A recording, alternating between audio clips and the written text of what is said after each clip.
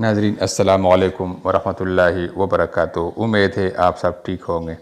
حضرت امام علی رضی اللہ تعالیٰ عنہ نے فرمایا، وہ اللہ کے بہت قریب ہے جو دوسروں کا بوجھ اٹھاتا ہے۔ ایک عالم کی طاقت 1,00,000 جاہلوں سے زیادہ ہوتی ہے۔ بغیر عمل کیے جنت طلب کرنا کبیرہ گناہ ہے۔ جس شخص نے ایک سنت بھی ترک کی وہ ولی اللہ نہیں ہو سکتا۔ میں نے اپنے دل و زبان اور نفس کی اصلاح پر 10 برس صرف کیے اور ان میں دل کی اصلاح مجھے سب سے زیادہ دشوار معلوم ہوئی۔ تجھ کو لوگ تکبر کرنے سے بڑا نہیں سمجھ سکتے بلکہ تو تواضع سے بڑا ہوگا۔ جیسا تم اللہ تعالیٰ کو کل کے لیے چاہتے ہو آج اس کے لیے ویسے ہی بن جاؤ۔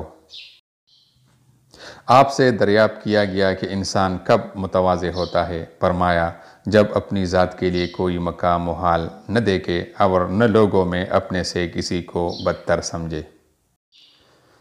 صحیح نماز وہی ہے جس کے ذریعے اللہ سے ملاقات کی جائے۔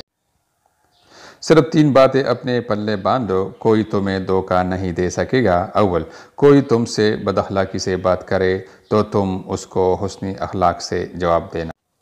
دوم، کوئی تیرا بھلا کرے تو پہلے اللہ کا پھر اس کا شکر ادا کرنا۔ سوم، اگر کوئی تم پر مصیبت آ پڑے تو فوراً اپنی عاجزی کا اقرار کرنا۔ میں نے اللہ تعالیٰ کو خواب میں دیکھا، پوچھا، اے میرے پروردگار میں تجھے کس طرح حاصل کروں؟ ارشاد ہوا کہ اپنے نفس کو چھوڑ اور آجا۔ 3 سال تک اللہ تعالیٰ میرا آئینہ بنا رہا، لیکن اب میں خود آئینہ بن گیا ہوں، اس لیے کہ میں نے اس کی یاد میں خود کو بھی فراموش کر دیا ہے۔ میں نے اللہ کو اللہ کے ساتھ پہچانا اور اللہ کے ما سوا کو اللہ کے نور کے ساتھ پہچانا۔